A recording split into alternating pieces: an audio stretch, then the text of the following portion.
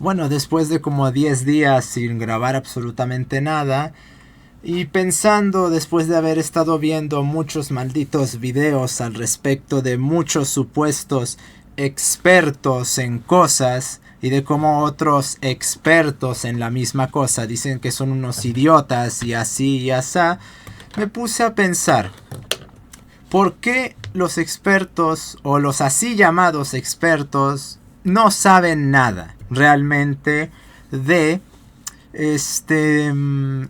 ni de su disciplina, vamos a decirle? Bueno, hay muchos factores en los cuales intervienen para que estos supuestos expertos estén manifestándose de esta manera. Estos no los vamos a abordar todos aquí, va a ser por partes. Empecemos por la primera parte, y es la cientificación de una disciplina que es filosofista.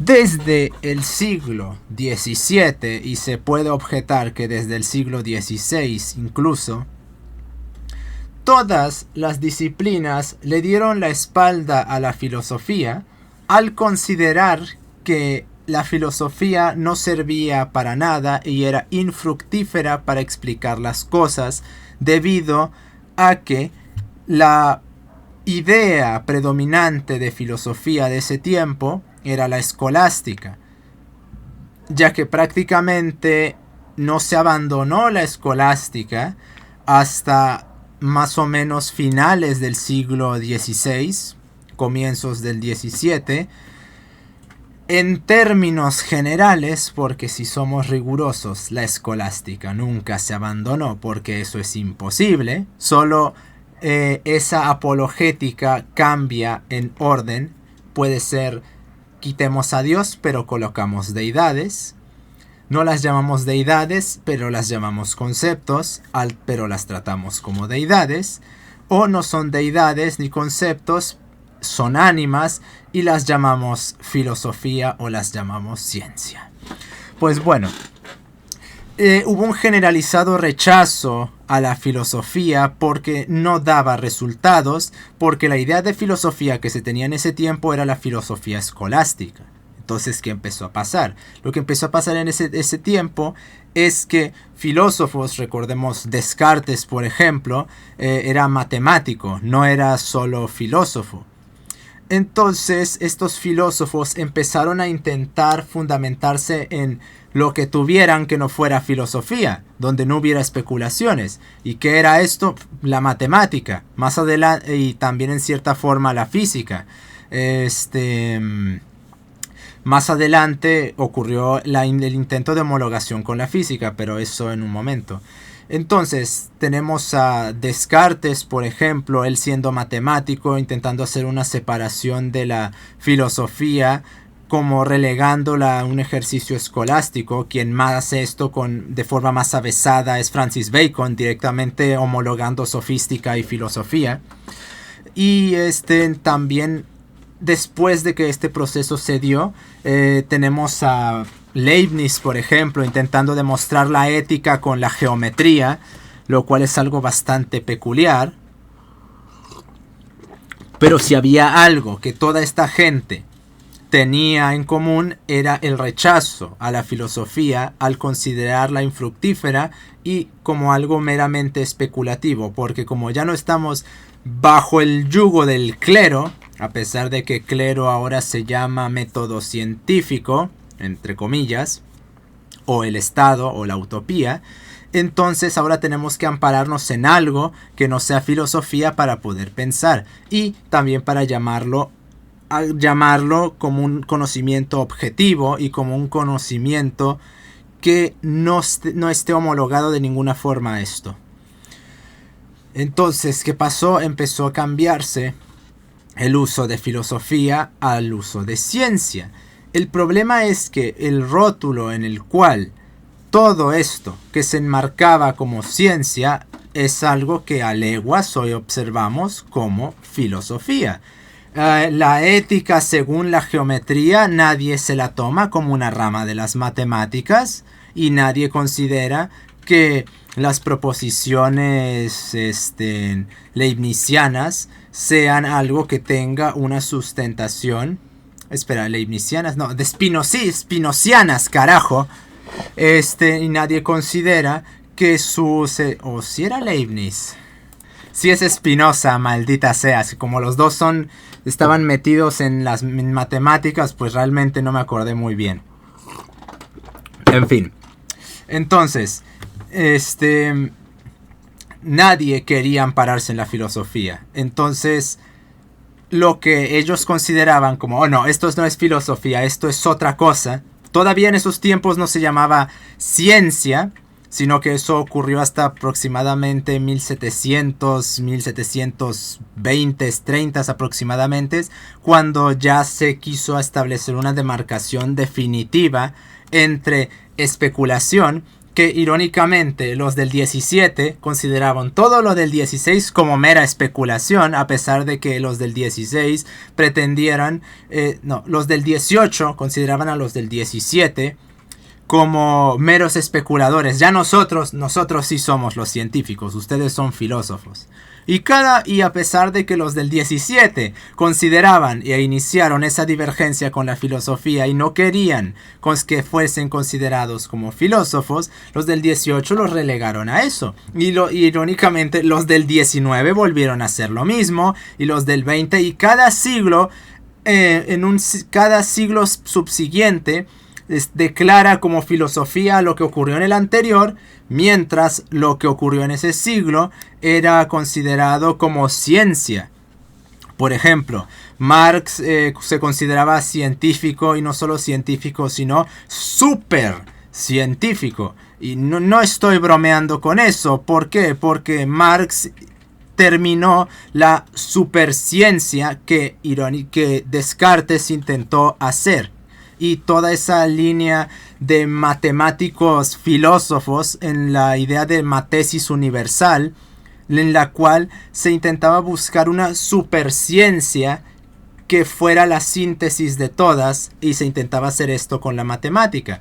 Bueno, esta idea de la superciencia eventualmente se terminó trasladando a la sociología, y de ahí a la historia. De ahí que el substrato predicamental de Marx sea la historia, pero no la historia entendida como un estudio de los documentos o de los eventos que ocurrieron en el pasado, o de una forma más propia la registración de un tiempo en un espacio específico, como yo le diría, sino como una especie de teleología realital. Y como esto permearía todo, pues es la síntesis de absolutamente todas las cosas y el substrato de absolutamente todo.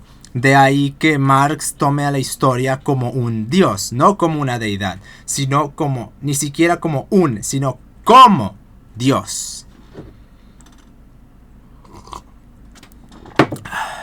Pero bueno, entonces se intentó hacer esta separación entre la ciencia y la filosofía, o primero entre otra cosa, matemáticas, geometría,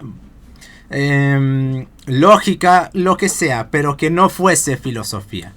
Eventualmente esto se convirtió en la ciencia, pero como nadie quería llamarse a sí mismo filósofo, porque eso era un vulgar ejercicio de la escolástica, entonces se empezó a llamar como ciencia a filosofía. De ahí que tengamos como principios de ciencia nueva. ¿Y cuál es esa ciencia nueva? La historia. Y bueno, pues eso de ciencia no tiene absolutamente nada. Y lo mismo con la economía. Ponemos dos ecuaciones, esto ya es ciencia. Y la naturalización de dichos campos de estudio también está muy arraigada a esto. Porque la filosofía trabaja con supuestos inventados, y nosotros no estamos inventando nada, estamos estudiando la realidad. ¿Por qué? Porque ¿cuál era el paradigma de esos tiempos? Ya no eran las matemáticas, ahora era la física. Y algunos consideraban que era una síntesis de ambas, Algunos otros pretendían que matemáticas y física eran cosas separadas, algunos los que yo estoy más de acuerdo, pero se tomaba ahora como modelo paradigmático la física, eventualmente la química, y realmente nunca se llegó a concretar que la biología, bueno, de hecho sí, pero no tuvo una pregnancia tan fuerte como si lo tuvieron la substratación de o todo en las matemáticas, o todo en la física, o todo en la química. Y lo de todo en la biología realmente no tuvo una ponderancia demasiado grande, excepción de un campo muy pequeño, de donde se derivan las ideas animalistas de que el hombre no es nada o salvo su cerebro, lo cual genera una muy evidente paradoja, o nada salvo una bestia que comparte las mismas cualidades de los animales. Pues bueno, mientras todo esto se iba desenvolviendo, el punto era simple. No somos filósofos, somos científicos, que es nuestra disciplina, filosofía. ¿Por qué? Porque es mera especulación, está sustentada en un desarraigo del sistema y su localización en un error realital, es decir, en un estrato de la realidad que no le corresponde, todo en aras de separarlo tanto como se pueda de los hombres, como es el caso de la economía. Por ejemplo, los economistas liberales no consideran que sea el hombre el paradigma fundamental y necesario para la economía, sino que consideran que la economía es una parte de la realidad anterior al hombre, es decir, que es un sistema tan natural como los átomos o como las matemáticas. Y esta idea es en la cual se han sustentado y paradójicamente llega a la sociología también, en la cual la sociedad se define de una forma, pero se enmarca contrariando por completo esa definición en la idea de que la sociedad es algo propio de la realidad y no del hombre. De ahí que Marx, cuando se refiere a la sociedad, o los antropólogos tipo Leslie White o Franz Boas, hablen de o la cultura o de lo social o de la sociedad como algo completamente separado del hombre, a pesar de que aquí ya es completamente ridículo afirmar tal cosa, porque como la cultura del hombre va a existir con independencia del hombre. Entonces, ¿quién crea la cultura? Pues la cultura viene a ser una estructura de la realidad en la cual el hombre no participa. Váyanse ustedes a inventar de qué forma, pero que de alguna manera el hombre ejerce, casi como si fuese una especie de infusión de corte plotiniano, en el cual el hombre tira de las emanaciones del uno para ejercer a guisa de una especie de energía emanativa de esas deidades una determinada serie de operaciones en las cuales está condicionado. El punto es simple. Nada, absolutamente nada que estudiamos nosotros implica al hombre. Porque todo es competente con la realidad, porque que tomamos como paradigma a la física.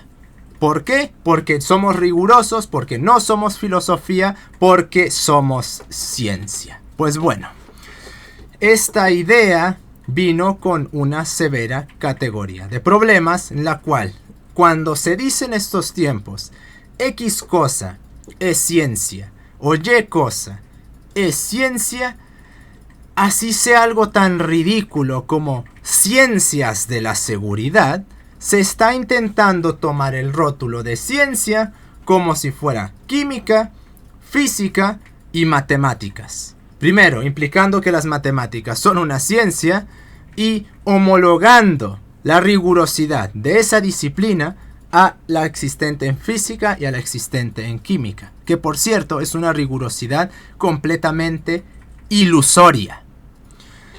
Porque los que te venden que la física y la química son ciencias extremadamente ultra rigurosas olvidan que están peleados con dos visiones de la realidad que no son compatibles entre sí, que implican una dicotomización de la comprensión de la realidad completamente irreconciliable, y al mismo tiempo intentan usar ambas posturas como si hubiera dos realidades diferentes y no han podido demostrar cuál es la correcta.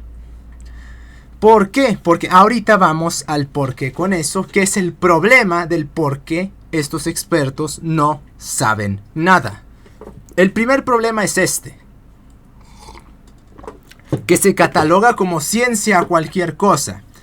Cuando iba caminando un día, de hecho iba en auto con aquí negro de Carlos y Christopher, y creo que también iba su pareja, vi un letrero que decía Ciencias de la Seguridad, ven a estudiar a esta universidad eso, y dije, ¿cómo que Ciencias de la Seguridad? No se me ocurre que podría catalogarse como científico en lo referente a la seguridad.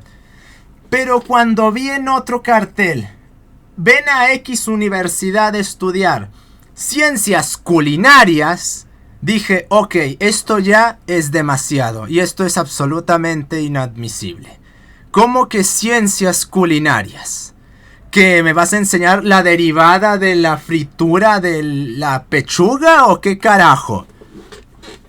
Bueno, está este problema, que se toma como ciencias o técnicas o disciplinas o especializaciones que operan como la ingeniería. ¿En qué sentido? Derivan de conocimientos que la ciencia ha producido, aplicaciones o metodologías para hacer cosas que no son propiamente científicas, porque son aplicaciones del método que realiza la ciencia. No son propiamente ciencia, y el adjetivo de científico de ciencia está como un mero prestigio espúreo para que aparente tener una rigurosidad que no tiene y darse un prestigio que solo para los idiotas existe. Entonces, está este problema. ¿Y cuál es el problema principal que de hecho explica a la perfección por qué los expertos no saben nada en estos tiempos? Y eso radica en lo que acabamos de decir, que es filosofía que se pretende pasar como ciencia en un intento, en un puchero infantil, vamos a decirlo como es, de querer decir, no, yo soy riguroso como la física, que es el puchero que se han pasado haciendo los filósofos en aras de negar a la escolástica. Presentarse como lo que no son, asumir las operaciones de Dios, asumir la acción creadora de Dios, y el filósofo pretenderse como una especie de avatar de Dios. Pues bueno, el problema con esta forma en la cual se ha desenvuelto la filosofía es que las disciplinas que se toman como ciencia son de hecho filosofía. ¿Y cuál es el problema? Que son disciplinas especulativas, que se sustentan en la interpretación desde una línea específica de un fenómeno el cual tiene una explicación atada a una utopía. Es decir, dentro de la filosofía moderna, todas las explicaciones del sistema de pensamiento de cualquier filósofo tiene como fin el atar todo para justificar una utopía. Sea la libertad, sea el comunismo, sea la revolución, sea la anarquía, sea la razón del hombre, sea la razón, sea la voluntad del pueblo, lo que quieras. Todo está diseñado y enmarcado para justificar esa utopía. Ni siquiera demostrar, justificarla, es decir, dar añagazas para que parezca verdad, cuando no lo es. Y naturalmente que desde estos tiempos, bueno, aunque en realidad desde siempre, pero antes al menos se les podía dar cierto margen de verdad a esta declaración, el filósofo ha dado tantas y tantas loas sobre sí mismo porque se cree científico, y esto ha causado nada más que maldita sea, que se considere que su disciplina busca la verdad, cuando lo que sucede es que si en el pasado la filosofía llegaba a verdades, era porque se amparaba en las deidades o en Dios. Y si ahora la filosofía llega a verdades, es por suerte y por accidente. Antes tenían un substrato formal que los conectaba con la verdad. Ahora tienen un substrato arbitrario y llegan a la verdad por accidente. Esta idea de que el filósofo busca la verdad obvia que todo filósofo asume la verdad en su sistema de pensamiento. Y solo puedo tomar yo que la filosofía busca la verdad si considero que la verdad que enmarca el filósofo dentro de su sistema de pensamiento es la verdad. Y si yo rechazo la verdad del filósofo como la verdad, pues entonces se convierte en que, bueno, no están buscando la verdad. Entonces, ¿qué están haciendo? Haciendo especulaciones arbitrarias e insustentadas sobre la realidad para falsificar la realidad en nombre de una utopía.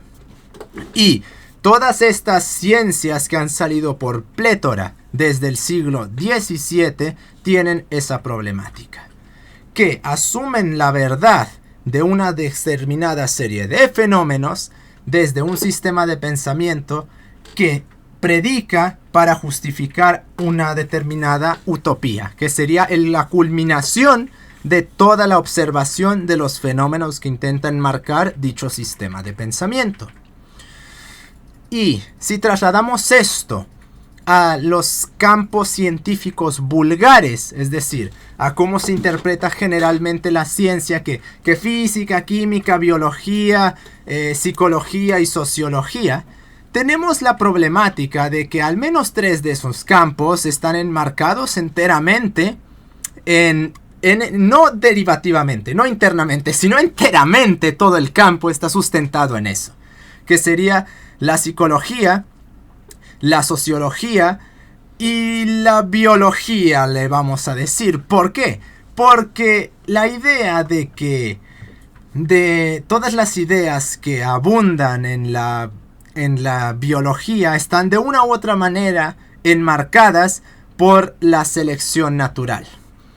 Y el problema con esto es que no dan una demostración de qué es la selección natural, y la definición que se da no tiene sentido porque se toma en la misma manera en la cual Aristóteles definía forma. Aristóteles decía que forma es aquello que hace que una cosa sea esa cosa. Y nótese muy bien, aquello que hace, es decir, hay una influencia de un algo que convierte materia en un objeto, y eso sería la forma. ¿Quién es el que está haciendo? ¿O qué es el que está haciendo? Pues bueno, en el caso de la selección natural tenemos una tautología. La selección natural es la que selecciona la selección natural. ¿Y qué definición se nos da para la selección natural? Ese, el cual sobrevive, es el que es más apto. ¿Y por qué? Porque sobrevive. Y el problema con esto no es tanto la estupidez secundaria. El problema es la primaria. Es decir, que se tome a que la selección natural es un algo y se separe ese algo de los organismos, como si no fueran los organismos los que dirigiesen su propia existencia conformes con su forma, de acuerdo a su semejanza y direccionados en su contexto para ejercer esa propiedad de la naturaleza o no. Esa es la verdadera problemática de la selección natural. Y todo quiere enmarcarse alrededor de eso. De eso y de la supervivencia. Y la propia supervivencia es algo cuestionable también, porque como si vamos a enmarcar a toda la biología dentro de la supervivencia, ¿en qué competencia participan las plantas? ¿Cómo sobrevive una planta? ¿Cómo lucha una planta para la supervivencia? ¿O cómo se desenvuelve si no tiene motricidad alguna? Si está completamente a la merced del ambiente.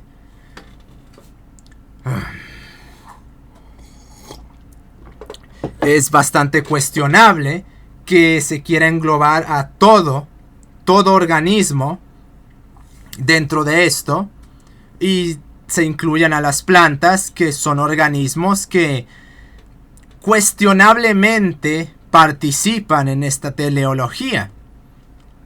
Y luego la problemática de que guía la supervivencia o la reproducción. Bueno, todas esas problemáticas, y aparte la propia problemática del surgimiento del sistema, cómo se origina la vida, que no faltarán los pendejos ateístas que te digan, es que la panspermia. Yo no estoy hablando de la vida en este planeta, hablo de la vida en general.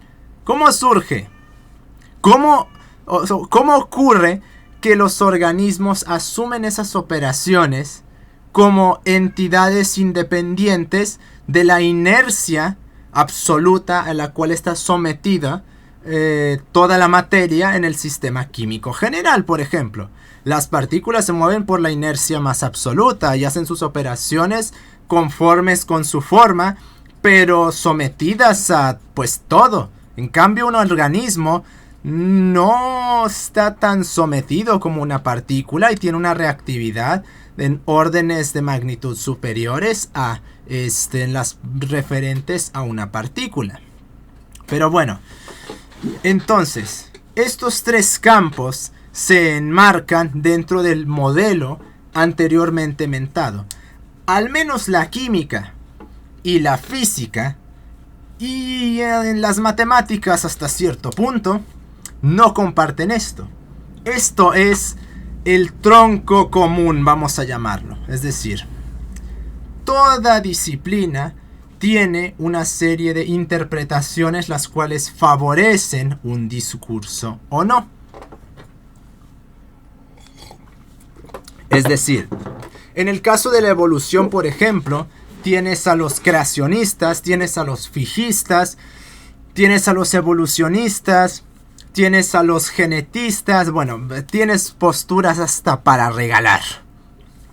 Pero en química o física, por ejemplo, tienes que, así tú seas cuanticista o clasicista o relativista o mecanicista, o te adhieras al demonio del Laplace o alguna tontería por el estilo, independientemente de qué interpretación vayas a escoger, y pasa lo mismo con la química, hay un tronco común que no puedes obviar. Ese tronco común, eso es la ciencia. Eso es lo demostrado, eso lo es lo que han venido, las cosas que han venido 10,000 pendejos a decir está mal y siempre se ha demostrado como verdadero. Que esto, que no, y que ya se demostró, y que va el pendejo y lo demuestra y ya. Y después otra vez otros 10 pendejos vinieron a hacerlo y otra vez se demostró como verdadero. Ok, perfecto. Y después, y así.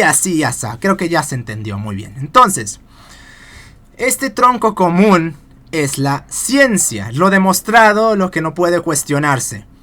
Y lo que no puede cuestionarse porque ya está tan demostrado que es ridículo hacerlo. Bien, entonces, amparándose en esto, surgen algunas incoherencias, vamos a decirles, que dicen, como que este pequeño sector tiene una particularidad que es peculiar, para con lo que tengo acá atrás, que sería el tronco común. Y me salen incoherencias cuando lo intento aplicar. Entonces, ¿qué sucede? Surge una interpretación. Como no hay conocimientos suficientes,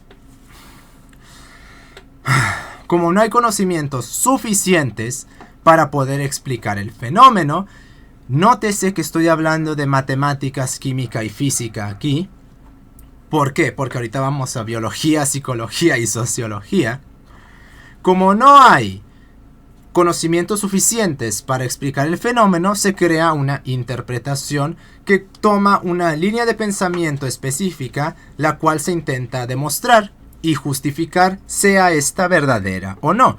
Tal es el caso de la teoría de cuerdas, la teoría de los multiversos, de los universos holográficos, ¿qué otra cosa hay sobre eso? Las 11 o ya son como 50 dimensiones diferentes. La teoría, la propia interpretación de la mecánica cuántica, el vacío cuántico, el vacío perfecto, como quieran verle. Esta clase de cuestiones en química no sé cuáles sean, para ser honesto. Creo que en química son exactamente qué son las partículas, aunque también la física estudia eso, si son corpúsculos, si son nubes de energía, que me parece haber leído alguna vez algo como eso.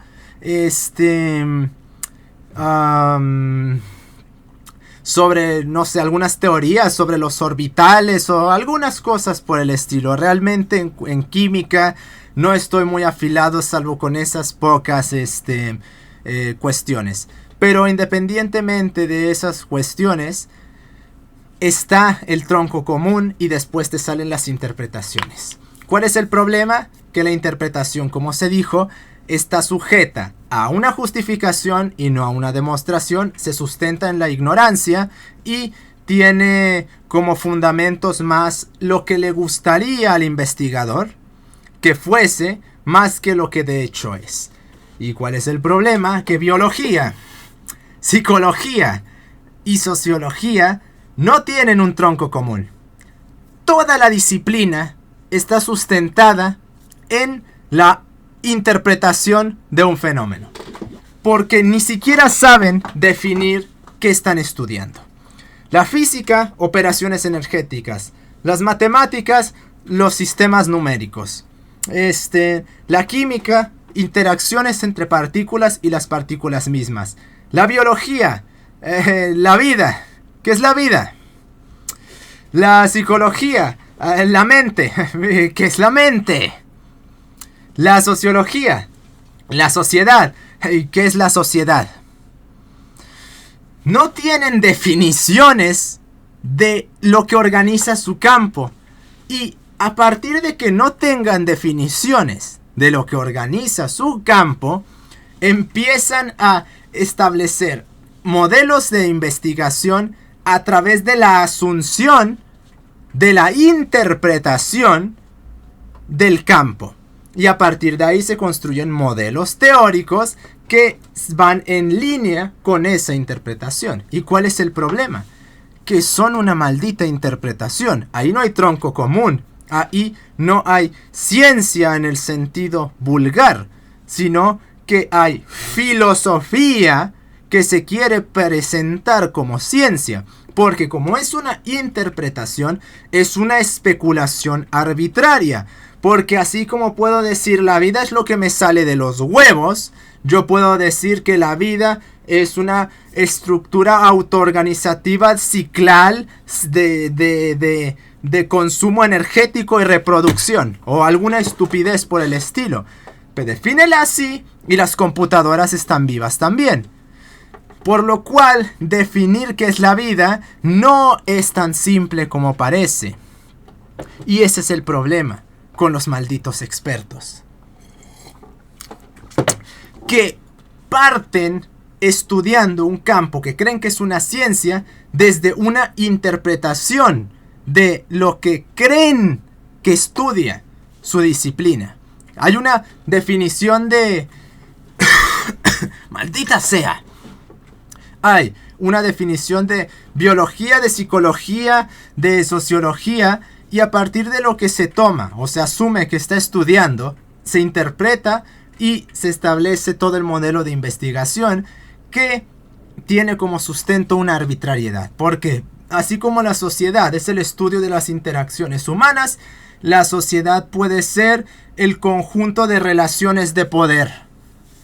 Y según en la interpretación que se dé de ese fenómeno, se establece lo que se cree que es ciencia, pero que no es ciencia porque solo está demostrado para el filósofo que hizo dicha interpretación. Porque recordemos que todas estas interpretaciones fueron hechas o por científicos que ejercían filosofía, o por filósofos que se creen científicos, o por filósofos que son científicos, pero que quieren hacer parecer filosofía como ciencia. Tal es el caso de Carlos Madrid Casado, por ejemplo, en este último, y en el anterior de Gustavo Bueno, por ejemplo. Para nombrar dos sujetos que se conocen más o menos bien en este canal. Los he citado y he mentado varias veces. Recordemos que Carlos Madrid Casado es matemático físico y Gustavo Bueno, la verdad, no creo que solo estudió filosofía o una carrera de letras o de humanidades. No recuerdo muy bien qué es lo que había estudiado, pero propiamente dicho no es un científico. En el mismo rubro de Carlos Madrid Casado estaría el padre Carreira, por ejemplo, que es físico y teólogo también. Aunque como se implica la teología, aquí cambian las cosas de forma radical, pero no vamos a explicar eso. Entonces, derivado de eso, se organiza toda la disciplina alrededor de esa interpretación. ¿Y cuál es el problema? Que como no hay un tronco común y está sustentado desde las delusiones arbitrarias de un filósofo, quienes estudian determinado campo terminan de una forma chabacanera y básicamente en una paparruchada del tamaño de un planeta, interpretando la interpretación del filósofo porque no tienen los sustentos en los cuales se basó y substrató el filósofo para predicar y ampararse desde ahí, y al mismo tiempo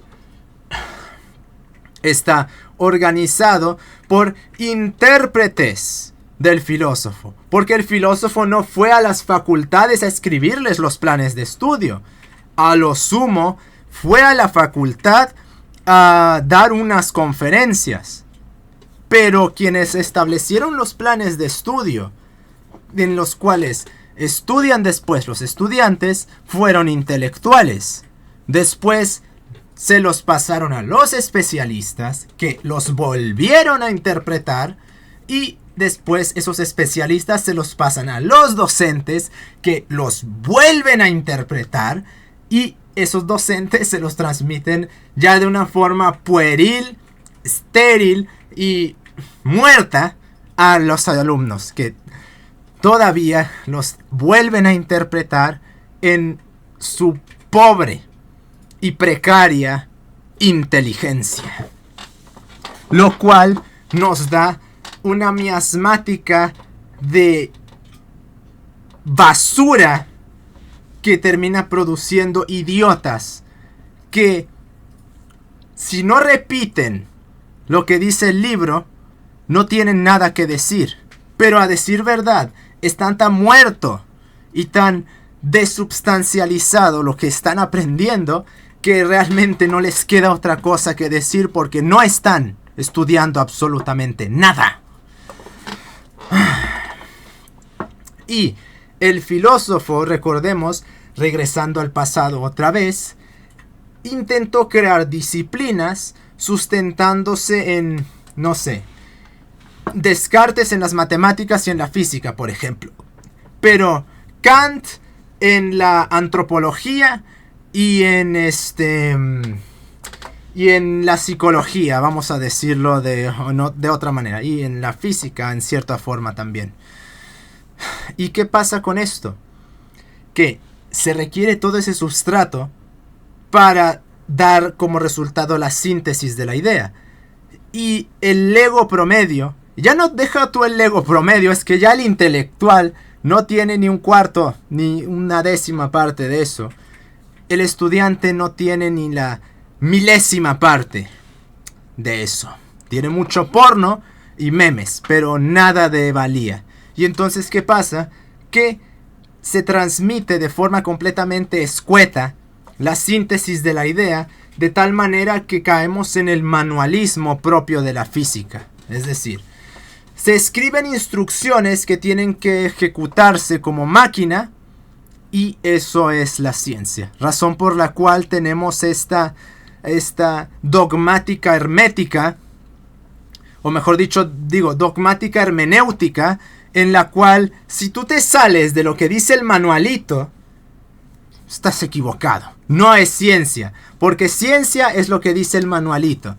Pero eso sí, el manualito de la interpretación primaria de la disciplina, y después de las interpretaciones sucesivas que se hacen amparándose en eso. Porque, sí, señores, no bastándoles ya con fundamentar la disciplina en una interpretación, todavía dentro de la interpretación se interpretan cosas y surge el mismo proceso que surge, por ejemplo, en la física. Está el campo común, el tronco común, y después la interpretación. Pues aquí está la interpretación, después de la interpretación, y surgen un marco de interpretaciones, y cada uno se ampara en su determinada interpretación, lo cual nos da como resultado un maldito desastre, sin precedentes, sin orden, especulativo, ambiguo, y que lo único que hace es básicamente entorpecer cualquier posibilidad de comunicación, de diálogo, y de que se sintetice como ciencia la maldita disciplina.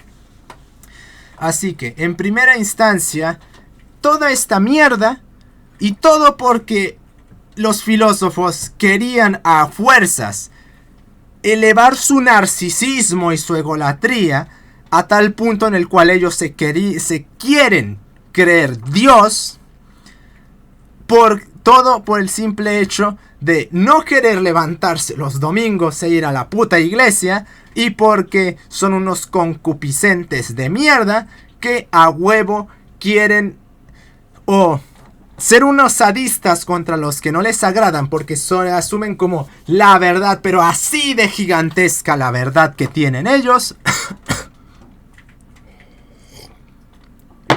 Y como ellos la tienen así de grande, ¿cómo te atreves a dudar de mí? Entonces tienes que morir, porque como la tengo así de gigantesca que ni siquiera el planeta cabe, yo no puedo permitir que tú, hereje miserable, te atrevas a disentir de mi así de grande verdad. Por lo cual, entonces hay que matarlos. Y aparte el sistema se organiza para que hayan unos puros, los que me siguen, y los que no me siguen deben morir. Tal caso del liberalismo y del marxismo. Liberalismo dice prohibido prohibir, pero te prohíbo prohibir primero. No, para que se entienda más. Creo que el ejemplo positivo es mejor. El liberalismo dice libertad por encima de todo, pero no hay libertad para no aceptar la libertad. Por lo que primero te impongo la libertad, la quieras o no, y si no la quieres eres un liberticida y te tenemos que matar.